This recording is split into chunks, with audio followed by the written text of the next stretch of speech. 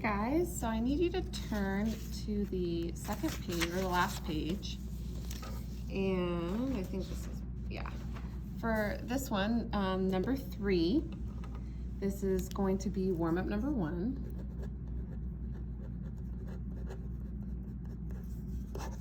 So you're gonna be asked questions on Edpuzzle on this one in a minute here.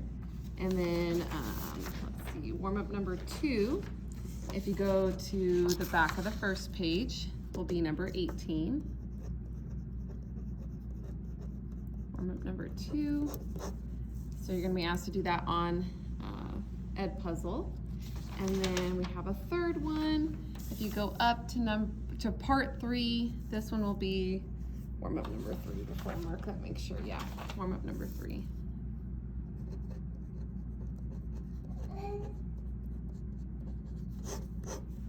Okay, so go ahead and do those real quick.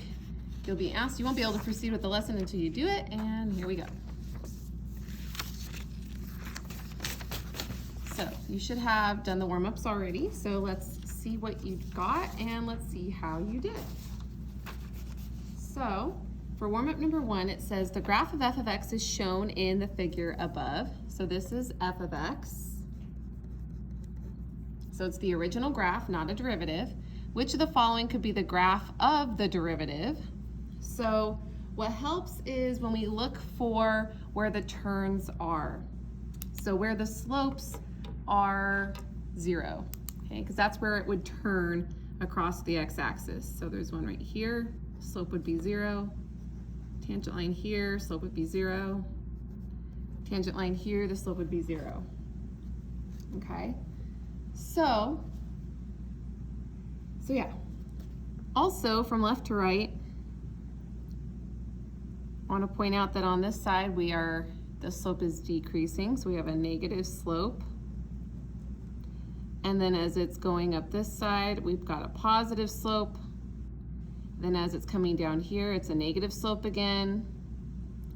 And then as it's coming up here, we've got a positive slope again.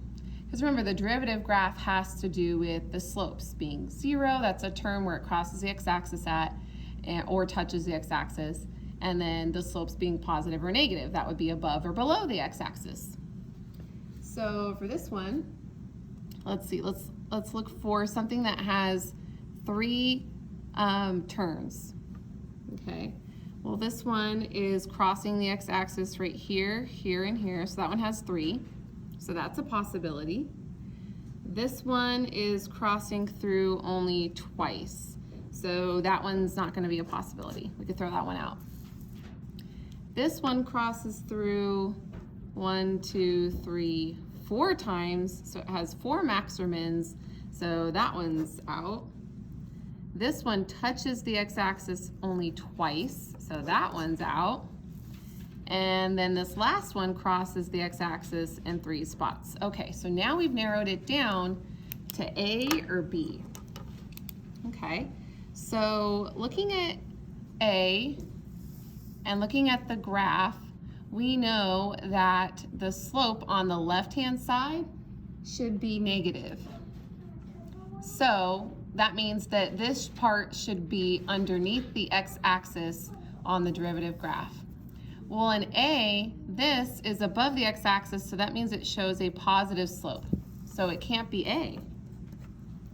So here the slopes are negative slopes because we're below the x-axis, so letter E is the best option. E matches the graph. It is the derivative graph of f of x shown. So there's warm-up number 1. Warm-up number 2 on the other page.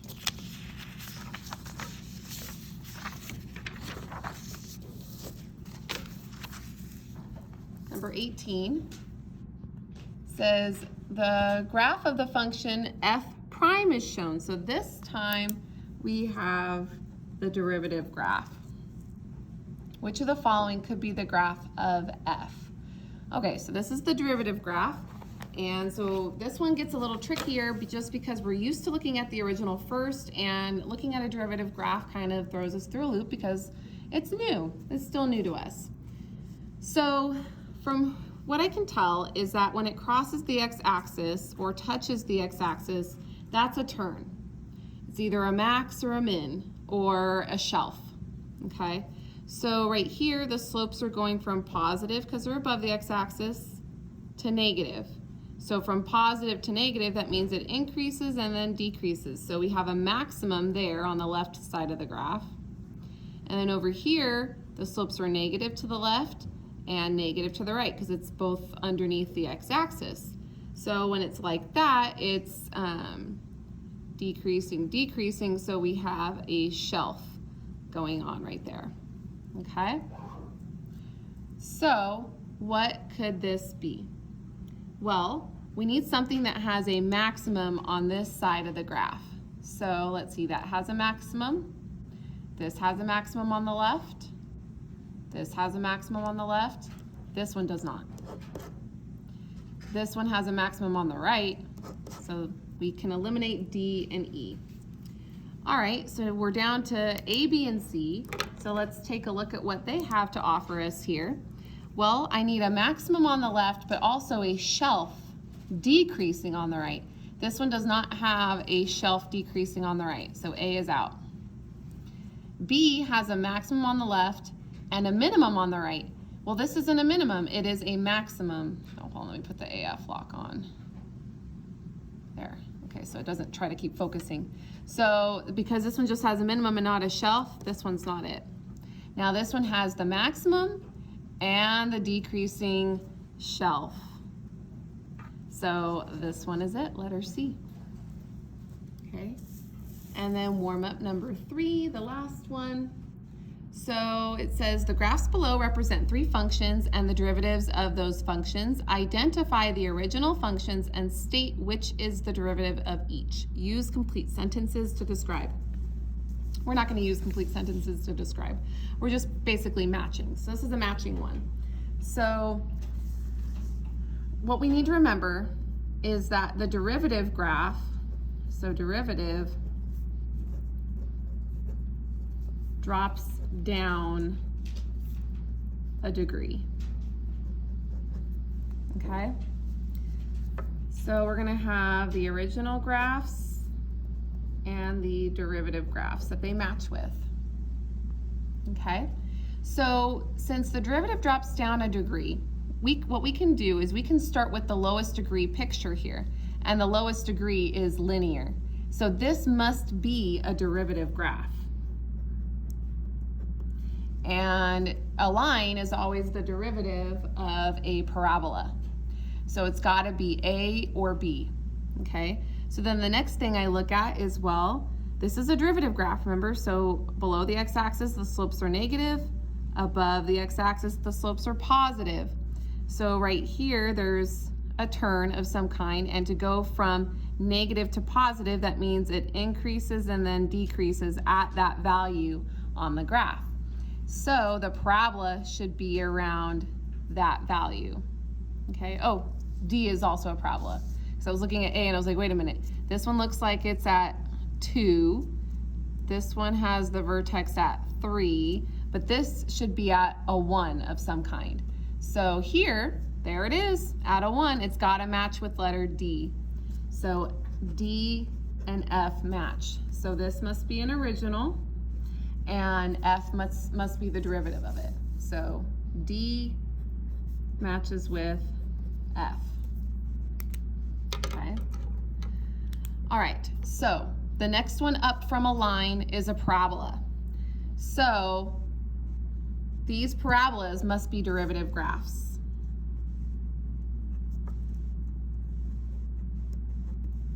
Okay, so the derivative being a parabola means that the original function must have been a cubic. So, and which makes sense because C and E are cubic functions, okay? So we need to just figure out which one is which. Well, we know that, looking at this one, the slopes are positive on either side of that point where it touches the x-axis there, the turning point. So we should have a shelf that is increasing should be increasing and then increasing at that value. So at an x value of 3. So let's take a look here. At an x value of 3, do I have a shelf going on? No, not really. Okay. But on E, I have a shelf. And it appears to be at 1, 2, 3. So E must match with B. These must match together. So this one's the original graph. So it goes E to B. Okay. And then by default, A and C must match. Okay. This one being the derivative, so this one must be the original, the OG. And looking at the derivative, we know that there's a turning point at an x value of 2. Okay. And we know that on the left of 2, the slopes are negative. It goes positive, negative, and then negative, positive. Okay. So yeah, those gotta match. So C to A. All right. So those are our warm-ups. Now we are ready to go on to the examples. So go ahead and go back to the first page. Mine printed front to back, so it's just the front of this. Okay. And here we go. We're not going to do all of these questions. For instance, we are not going to do number 2. We're not going to do number 4. We're not going to do number 5. Let's just get those ready. We're not going to do 7, and we're not doing 8. Okay, so I'm going to start with number 1. It says to use the first derivative test, no calculator, to identify the extreme values using the first derivative test. Okay, so number 1, looking at that, it's x minus 3 times x plus 2. So automatically I know x times x is x squared. This has got to be a parabola. So because it's a parabola, that means it only has one minimum. So that means that its minimum is an absolute minimum. So before I even start on this problem, I already know what's going on because I know that that's a parabola. Okay. So when I come up with my write-up of the extreme values, it's going to have an absolute minimum, and that's going to be it. Okay. All right. So to do this, we can use power rule on that. But for me, it's actually easier to use, we could use product rule on this the way it is, as is, but I like power rule better. So I'm just going to multiply it out and then use power rule. So x times x is x squared. And then x times 2 is 2x, negative 3 times x is negative 3x, 2x minus 3x is a negative 1x, and then negative 3 times 2 is negative 6. And now we can do power rule and take the derivative. So f prime equals 2x minus 1.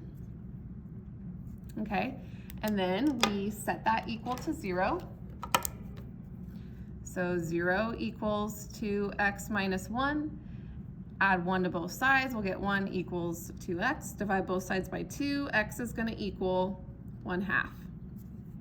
And then you always need to do your sign graph, your sign chart, and label it the derivative. It helps to remind you that this is for the derivative and not the original, because I know I even need that reminder.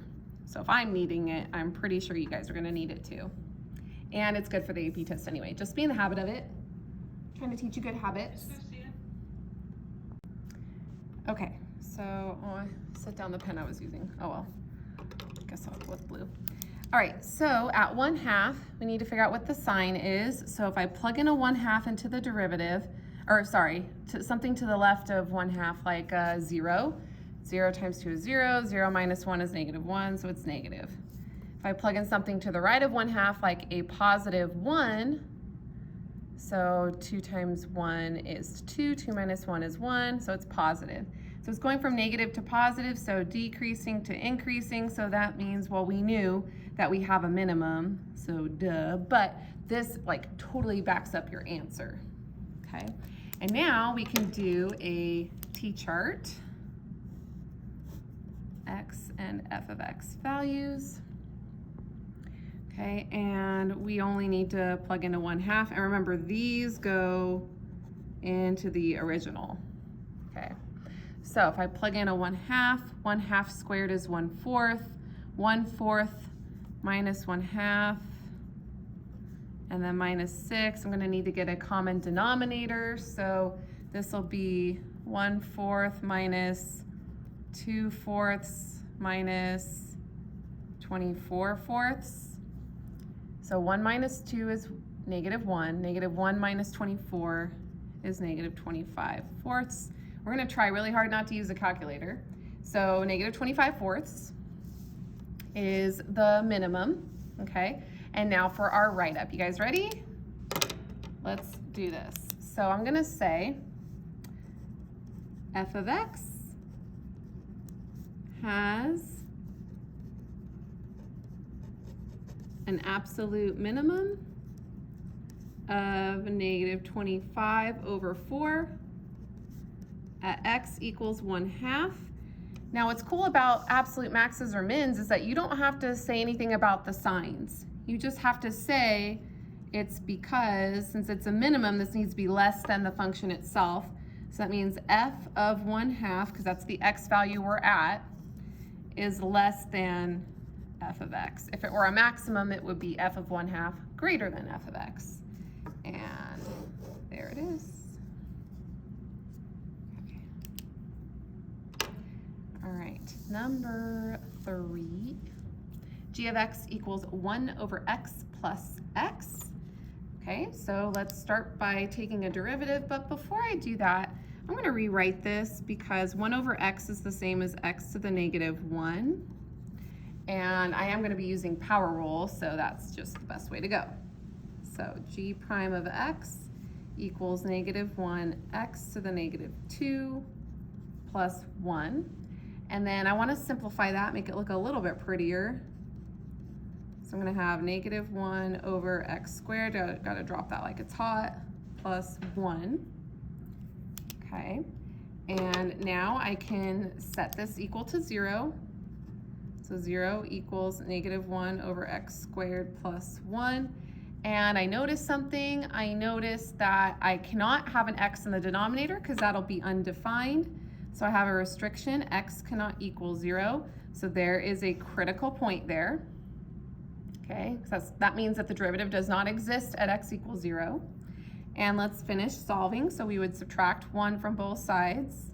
-1 equals -1/x². And since I'm not using number 5, I'm just going to continue my work down this way. All right, and then I'm going to multiply the x² to both sides. So I'm going to get -x² equals -1.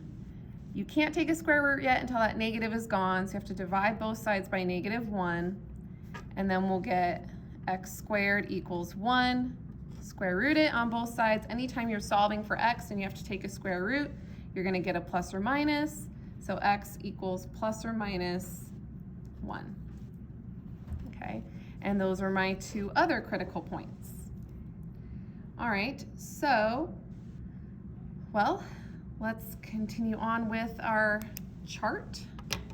So we need a t-chart of x and g of x values. We have a +1, a -1, and a 0. So in order, that would be -1, 0, +1. Okay. And now here's the thing about 0. I can't plug in a 0 because in the original there's an x in the denominator and 0 will make it undefined. So I can't plug in a 0. Okay. And before we plug in the numbers into the OG, I almost forgot my sign chart, so I'll just put it over here. Remember, this is the derivative graph, and I need -1 and +1. Remember, this goes into the derivative.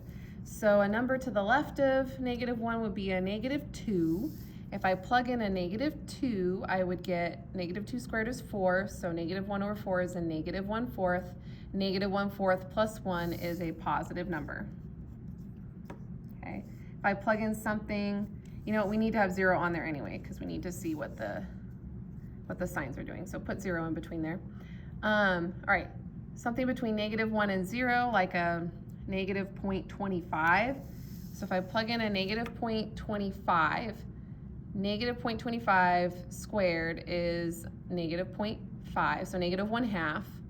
Negative 1 divided by negative 1/2, well, negative divided by negative is positive, right? Oh, no, it's a negative divided by a positive, because negative 0.25 squared is a positive half. So negative 1 divided by 1/2, flip the second and multiply, so that becomes negative 1 times 2. Negative 2 plus 1 is a negative 1, so this is negative. Sorry about that. Fraction math in my brain. Okay, so 1/2 now. 1/2 squared is 1/4. A negative 1 divided by 1/4 will be a negative number. Negative 1 divided by 1/2. Oh my gosh, I'm doing it too fast.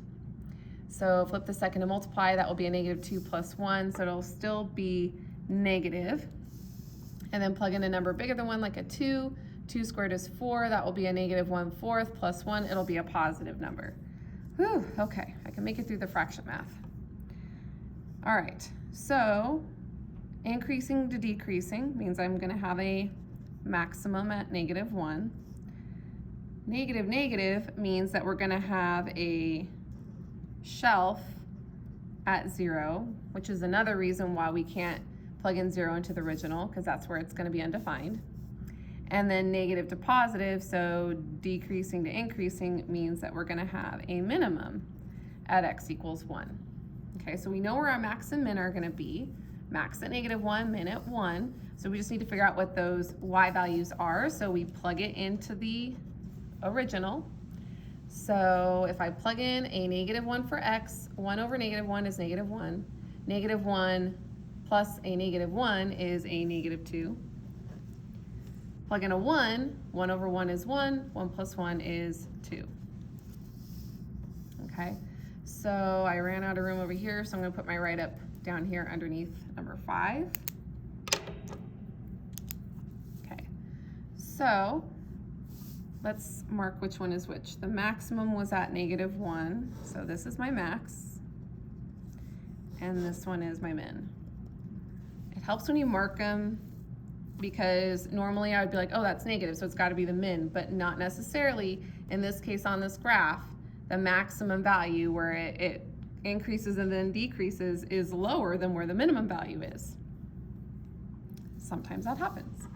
Okay, so the write-up would be g of x has a minimum of 2 at x equals 1, since g prime of 1 equals 0, the derivative has to equal 0, that's why we set it equal to 0 up here, and changes from negative to positive. So around that minimum of 1 from negative to positive.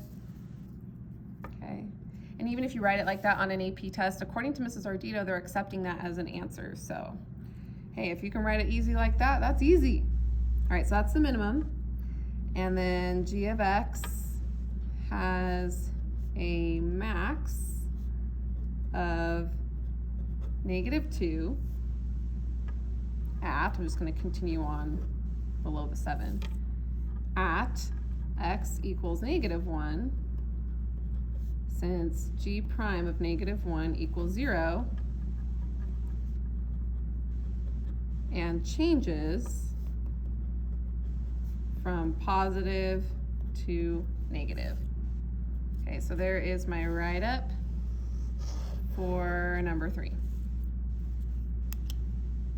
Okay. On to number 6, which is exciting because it's trig, and I love trig. H of x equals sine x, and it's a pretty easy function. We all should remember sine of x. So, and we're on an interval. So we're on a closed interval, so we can get ready a candidate's test. This is h of x. Okay. And there's a couple of things that we need to recall, such as the sine graph itself. So I'm just gonna draw a really tiny version of it. I'm just gonna squeeze it in right here. And I'll zoom in on it for you guys. So this interval is from -2 pi to 2 pi, so I should make this longer. So we'll have -2 pi, -3 pi over 2, -pi, -pi over 2, pi over 2, pi, 3 pi over 2, 2 pi, up 1, -1. Okay, so recalling where this starts, sine always starts at 0, 0, and then it goes up, down, down, up, down, up, up, down. And then do the sine wave. Okay. But here, because of this closed interval, it's going from -2 pi to 2 pi. Okay. So on my candidates test, I'm going to scooch this over. I know I'm going from -2 pi all the way down to +2 pi. Okay, and there's points in the middle, and that's where the max and mins are at. So we know where our max and mins are at. We have maxes right here at pi over 2 and 3 pi over 2, and we have mins at -pi over 2 and 3 pi over 2. Okay, so let's just put these in order. We know that we're going to have something at -3 pi over 2, -pi over 2, and then pi over 2, and 3 pi over 2, just squeezing them all in there. I will make them fit. Okay. All right. So using that unit circle, okay, we know at -2 pi, the height of the function is at 0. At -3 pi over 2, the height is 1. At -pi, it's at 0. At -pi over 2, it's at -1. At pi over 2, the height is at 1. And 3 pi over 2, -1. And 2 pi is at 0. So we have our candidates test without even taking a derivative. But I'm also going to show you how to do it by taking a derivative, because there's just so many ways to do this problem, because this is information you should know for Math 3, and you didn't even have to do a single derivative. Okay, so now to do it with derivatives, so h prime of x equals, well, the derivative of sine is cosine. Okay, and then you have to set this equal to 0. And then ask yourself, where on the unit circle is the cosine 0? Okay. Well, cosine is 0 up here and down here. So that is at pi over 2 and 3 pi over 2 if you're going in the positive direction. If you're going in the negative direction, then that's -pi over 2 and then -3 pi over 2. So from there, you can be like, okay, x equals -3 pi over 2, -pi over 2, pi over 2, or 3 pi over 2, and all 4 of those are what make the cosine of x 0 on this interval. Okay, and then you can do your number line graph to show where the max and mins are. So in order, it would go -3 pi over 2, -pi over 2, pi over 2, 3 pi over 2.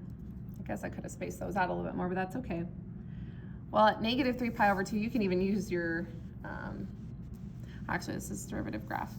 So if I were to plug in something to the left of -3 pi over 2, like a 2 pi, -2 pi, the cosine of -2 pi is a, so if we go in the negative direction, it's right there, so that would be the 0.10, so that's positive. Something between negative 3 pi over 2 and negative pi over 2 would be a negative pi. Well, negative pi means I'm going around clockwise, and I would land right here, and that would be the -10, so it's negative, okay? And then between negative pi over 2 and pi over 2 is 0. Cosine of 0 is a +1, so positive. Between pi over 2 and 3 pi over 2 is pi. Cosine of pi is a -1. And something to the right of 3 pi over 2 would be a 2 pi. Cosine of 2 pi is a +1. So we know positive to negative, negative to positive, positive to negative, negative to positive. So we know where our max and mins are. Max at negative 3 pi over 2, hello.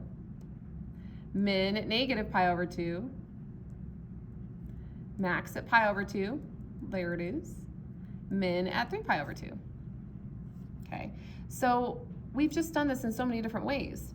We used some trig, knowing our knowledge of sine of x, and we came up with our candidates test and got all those answers. And then we can do it taking the derivative and doing our sign chart as well, okay?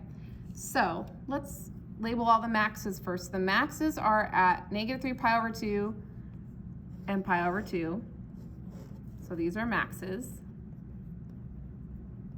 Let me use a different color for the mins. The mins are at negative pi over 2 and 3 pi over 2.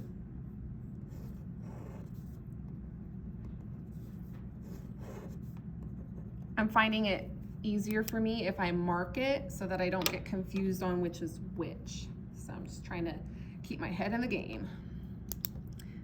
Gotta keep your head in the game.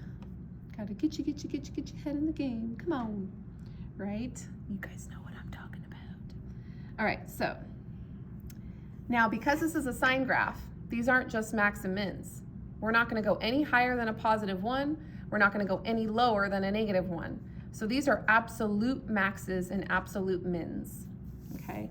So we can say h of x has absolute max of 1 at x equals negative 3 pi over 2 and x equals pi over 2,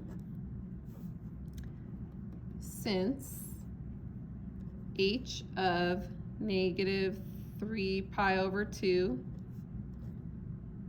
and h of pi over 2 are greater than h of x on the interval negative 2 pi to 2 pi. So there's the maximum part. Now the minimum part. H of x has absolute minimums of -1 at x equals negative pi over 2 and x equals 3 pi over 2, since h of negative pi over 2 and h of 3 pi over 2 are less than h of x on the interval from negative 2 pi to 2 pi.